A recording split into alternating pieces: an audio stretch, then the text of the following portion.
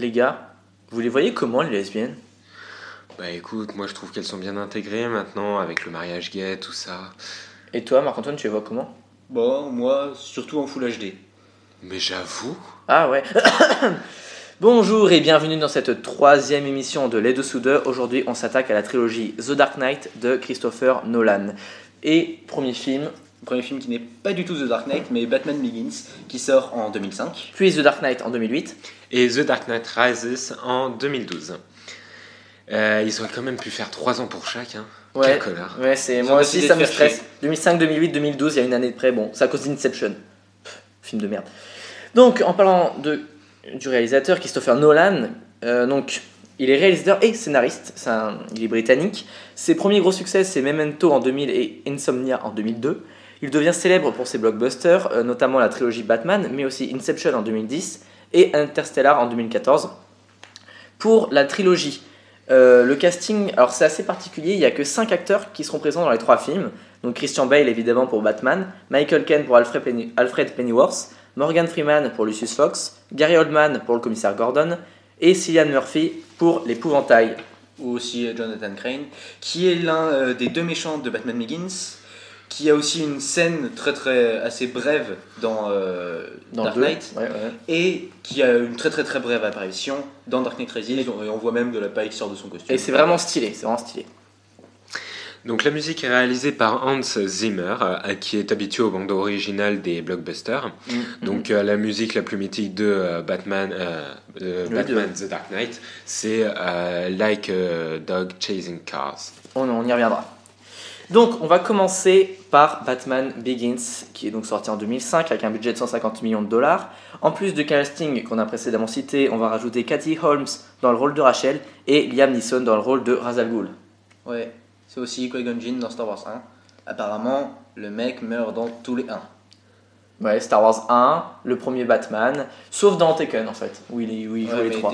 Bah vaut mieux, vu que c'est une trilogie qui est le héros, vaut mieux ne pas mourir dans le 1. Vaut mieux. Donc, à la base, c'était les frères Wachowski, j'ai jamais prononcé, qui ont fait Matrix. Ils étaient intéressés par le projet de faire une trilogie Batman, mais ils préférèrent faire la suite des Matrix. Bien malheureusement pour nous, parce que Matrix 2 et Matrix 3, on va pas se mentir, mais on aurait préféré éviter. La grosse merde. Matrix quoi? Ouais, non, on ne Non, connaît pas les on deux. connaît pas. Il n'y en a eu qu'un des Matrix, ok? Ouais. Bah, cela dit, c'est peut-être mieux qu'ils aient fait Matrix 2 et Matrix 3, parce que s'ils avaient fait les Batman, on aurait eu mal. Bah, on sait pas en fait, ça se trouve ça aurait été génial, ça se trouve ça aurait été de la grosse merde. J'aurais eu mal à mon Batman. Voilà.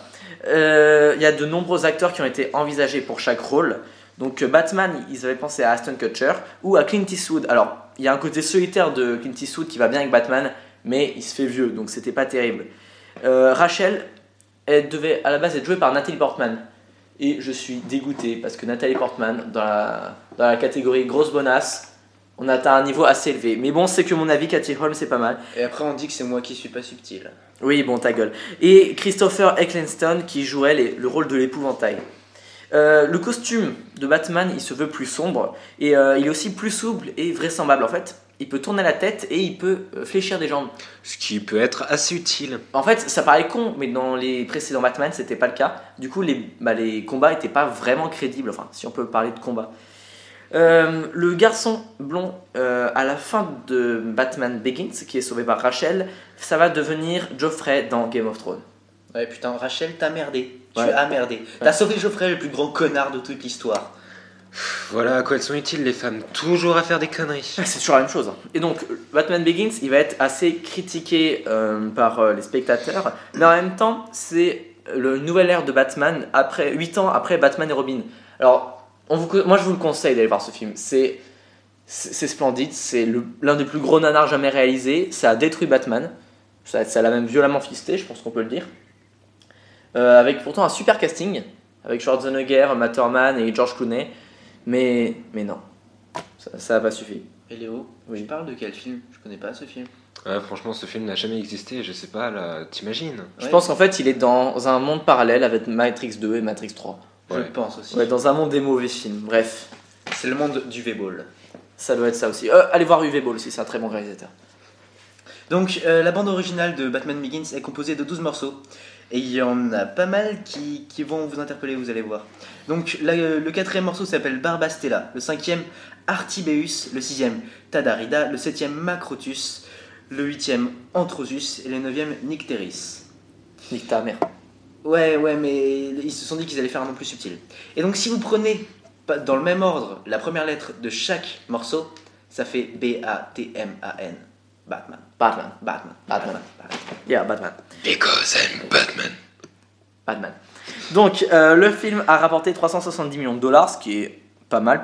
On verra pour les autres, hein, mais là pour là, c'est pas mal. C'est le deuxième film Batman le plus rentable, après le premier de Tim Burton en 80 je crois, fait avec Jack Nicholson, et c'était trop génial. Maintenant, on va s'attaquer à The Dark Knight, une petite promotion, 180 millions de dollars de budget. C'est le film qui est admis comme étant le plus réussi de la trilogie. Il a un côté thriller qui est quand même assez génial, et c'est notamment grâce au Joker que tout le monde adore ce film. En parlant du Joker, Heath Ledger qui interprète son rôle, il est mort pendant le tournage. C'est assez tragique à l'âge de 28 ans. Et pourquoi ? Bah, en fait, il aurait fait une overdose de médoc. Il aurait pris 6 médicaments différents, mais pas genre les Doliprane. Il aurait pris des trucs vraiment forts. Des antidépresseurs, des trucs comme ça, avec de l'alcool. 6 en même temps, et en plus, il a eu la bonne idée de mélanger ça à de l'alcool. Magnifique. Ah, c'était intelligent. Dans le genre con, c'est pas mal. Ouais, c'est con. Aaron Eckhart, lui, il joue double face. Margaret Gyllenhaal, elle joue Rachel. Alors, je trouve qu'elle joue très bien Rachel, elle correspond très bien, mais c'est très perturbant que ce soit plus Katie Holmes. Mais elle n'a pas pu participer au tournage, c'est con. Alors, première anecdote sur le film, la Lamborghini qu'utilise Bruce Wayne à un moment, c'est une Murciélago, ce qui veut dire chauve-souris en espagnol. Coïncidence ? Peut-être. Ensuite, la scène du camion. Aussi, il y a une scène du camion dans The Dark Knight qui a été faite à Chicago.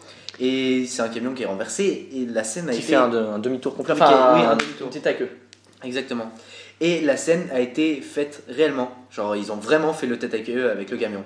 Et donc, ça a pris 1 mois et demi pour calculer pour qu'il n'y ait aucun risque. Ouais, pour éviter de défoncer la route de Chicago. Enfin, la rue de Chicago, quoi. On peut aussi citer le moment où Batman va à Hong Kong. Batman a été créé en 1939 et c'est qu'en 2008, pour la première fois, qu'il quitte Gotham City. Le mec était quand même assez casanier, mais bon, c'est intéressant de le voir dans une autre C'est ville. vachement étonnant quand même, le mec est milliardaire, il pourrait aller où il veut. Ouais, mais voilà, Gotham City, c'est sa ville, quoi. C'est le parrain des super-héros. Non, Ouais, déjà, à la base, apparemment, c'est New une York. ville à s'occuper, c'est déjà pas mal. C'est déjà hein. pas mal. Surtout Gotham City. Donc, dans The Dark Knight, c'est là où on entend pour la première fois la musique mythique, donc Like a Dog Chasing Cars. Et donc, en fait, le nom de cette musique, elle fait référence au dialogue avec le Joker et Double Face dans l'hôpital. Voilà. Où le Joker parle de ses chiens qui aboient et il se demande ce qu'il ferait s'il réussissait à choper une voiture. Donc le film, il a reçu 8 nominations aux Oscars, il en a reçu 2, dont un qui est assez rare en posthume pour Heath Ledger pour le rôle de Joker. Lui, il a rapporté $1 milliard de recettes. À l'époque, c'était le 4e plus gros succès, mais en 2014, enfin bientôt 2015, c'est le 16e. Et on va parler de The Dark Knight Rises. Alors, 250 millions de dollars de budget, là ils ont mis les gros moyens. Le casting, en plus des acteurs précédents, il ressemble énormément à celui d'Inception, avec Michael Caine, Cillian Murphy, Tom Hardy, Joseph Gordon-Levitt et Marion Cotillard. Bon, comment dire, on va la démonter. Dans tous les sens du terme. Non, on va juste la démonter pour son jeu d'actrice qui était assez pitoyable dans The Dark Knight Rises. Oh mais non, Ah, les gars, s'il vous plaît, pauvre Marion Cotillard. Enfin, elle a très mal joué sa mort et c'est devenu d'ailleurs quelque chose de culte. Si vous n'avez pas vu le film, en fait, bon, on vous spoil un tout petit peu. Elle meurt et son personnage meurt. Enfin, elle meurt. Enfin, c'est très très mal joué. Même nous, on jouerait mieux alors qu'on ne sait pas jouer. Pourquoi tu dis ça dans ton triste quand elle meurt ? Ouais, c'est vrai qu'on on est content, mais elle joue tellement mal, ça gâche le film. Mais il n'y a pas que elle qui fait que la merde. Anna Hathaway, alors, elle a très bien joué. D'ailleurs, Obama l'a félicité. Mais, donc, elle joue Catwoman, elle. Mais pendant le tournage, elle a causé un accident en Batmoto. Bon, c'est pas banal, remarque. Hein. Ouais, mais bon, une fois de plus, on voit que femme au volant égale accident. Bah, On exactement. voit que c'est véridique. Et surtout qu'elle a cassé une caméra IMAX. C'est des caméras ultra perfectionnées, beaucoup plus modernes que les caméras utilisées d'habitude. Et c'est extrêmement cher. Et comme par hasard, le seul accident, c'est une femme.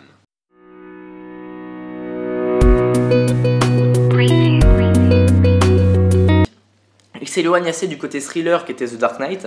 Et la fin est un peu what the fuck. Et c'est vrai qu'elle a été un peu décevante. Bah, en même temps, elle est logique. Bah, Ça reste logique. bah, on n'en parlera pas, on vous laisse aller voir le film si vous l'avez pas vu, sinon bah, vous savez de quoi on parle. Le film a lui aussi fait $1 milliard de recettes, ce qui est autant que le précédent, mais aucune nomination aux Oscars. Oui, bon, même si le film a été très controversé, je trouve que Bane, le méchant principal de The Dark Knight Rises, sauve le film. Ouais, il a vraiment du charisme. C'est d'ailleurs la grande force de Christopher Nolan dans cette trilogie, c'est de donner un petit côté réaliste aux adversaires, aux méchants de Batman, qui d'habitude sont très fantastiques. Bane, normalement, c'est une montagne du muscle qui fait à peu près 2,50 m, 3 m. Là, ils l'ont rendu plus réaliste et vraiment, il a de la gueule. On va finir sur une petite anecdote un peu hors sujet, sur Christian Bale. En fait, il a eu une modification corporelle au fil des années assez impressionnante pour ses rôles. En 2004, pour The Machinist, il faisait 55 kg. Puis pour Batman Begins en 2005, 86. L'année d'après, il redescend à 61. Après, en 2008, pour The Dark Knight, il reprend 86. Puis en 2010, pour The Fighter, il redescend à 66. Et enfin, pour The Dark Knight Rises, il reprend à 90. C'est quand même... je sais pas comment ça se passe pour la santé, je pense pas que ce soit très bon de varier autant comme ça. Bah, les aléas de la vie d'acteur. Voilà, il doit faire des putains de régimes et après il doit bouffer comme un gros porc et se muscler comme un gros porc. Mais si c'est son kiff, c'est lui qui voit. Bon, et ben voilà, on a fini pour cette 3e vidéo sur The Dark Knight. Voilà, donc si vous avez aimé... Vous mettez un like. Si vous avez des choses à dire, vous fermez toujours votre gueule. Ouais, alors vous allez tous fermer vos gueules parce qu'on en a marre de vous. Vous pouvez partager la vidéo sur vos réseaux sociaux et à bientôt pour une prochaine vidéo.